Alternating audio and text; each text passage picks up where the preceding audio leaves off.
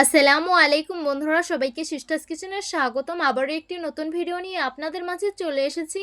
আজকের রেসিপি হলো মোরব্বার পাতলা ঝোল। তো দেখতে থাকুন। প্রথমে এখানে আমি কিছু তরমুজের খোসা নিয়েছি, তারপর এটাকে সুন্দর করে ছুলে কেটে নিতে হবে। তো দেখতেই পাচ্ছেন আমি খোসাগুলো সুন্দর করে ছুলে এইভাবে লম্বা লম্বা করে কেটে নিয়েছি। আপনারা যেরকম মন চায় সেরকম ভাবে কেটে নিতে পারবেন। তারপর একটা পাত্রে পরিমাণ মতো পানি দিয়ে দিলাম। কেটে রাখা তরমুজের খোসাগুলো দিয়ে অর্ধেক সিদ্ধ করে নেব।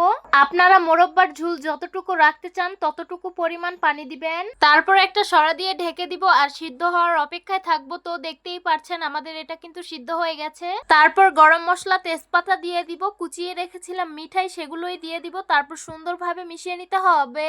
এই মোরব্বাটা কিন্তু হালকা আগুনের তাপে রেখে দিব। এটা কিন্তু এভাবেই হয়ে যাবে। তো দেখতেই পাচ্ছেন মোরব্বার ঝোল হয়ে গেছে। এখন নামিয়ে পরিবেশন করে নেব। এই তো গরম গরম মোরব্বার ঝোল পরিবেশন করে নিলাম। দেখতে খুবই লোভনীয় লাগছে আর খেতে কিন্তু খুবই সুস্বাদু হয়েছে। বাই দ্য ওয়ে, এই মোরব্বার ঝোল কিন্তু নরমাল টেম্পারেচার ছাড়া 2-3 দিন থাকবে আর নরমাল টেম্পারেচার রাখলে 1 মাসের মতন থাকবে। তরমুজের খোসা দিয়ে মোরব্বা বানালেও এটা কিন্তু খেতে একদমই চাল কুমড়োর মোরব্বার মতন লাগে। আপনারা কিন্তু একদমই বুঝতে পারবেন না এটা তরমুজের খোসা দিয়ে বানানো নাকি চাল কুমড়ো দিয়ে বানানো।